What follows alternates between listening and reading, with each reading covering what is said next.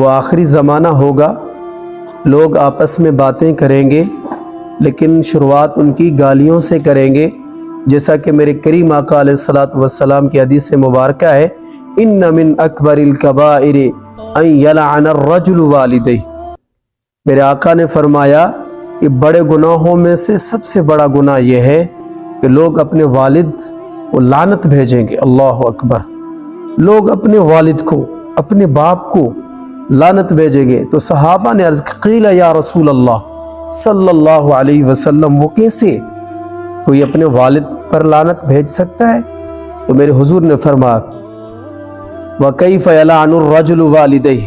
یہ صحابہ نے کہا یا رسول اللہ کیسے لعنت بھیجیں گے؟ تو میرے آقا نے فرمایا قال يَسُبُّ الرَّجُلُ أَبَا الرَّجُلِ، کوئی اگر کسی کے والد کو گالی دے گا تو وہ اسی کے والد کو گالی دے گا۔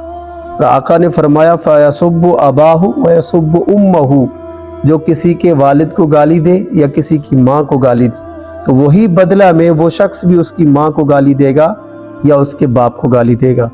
لہٰذا یہ ایک دوسرے کو گالی دینا سب سے بڑا گناہ ہے۔ یہ جو ہم شروعاتی گالیوں سے کرتے ہیں، حالانکہ ہم یہی سمجھتے ہیں کہ ہم مذاق کر رہے ہیں، مذاق میں گالی دینا یہ بھی گناہ ہے۔ لوگ تو اب سوچتے نہیں ہیں، ایسے گالیاں دینا شروع کر دیتے ہیں۔ حضور علیہ الصلوۃ والسلام نے فرمایا ان من اکبر الکبائر، یہ بڑے گناہوں میں سے سب سے بڑا گناہ یہ ہے۔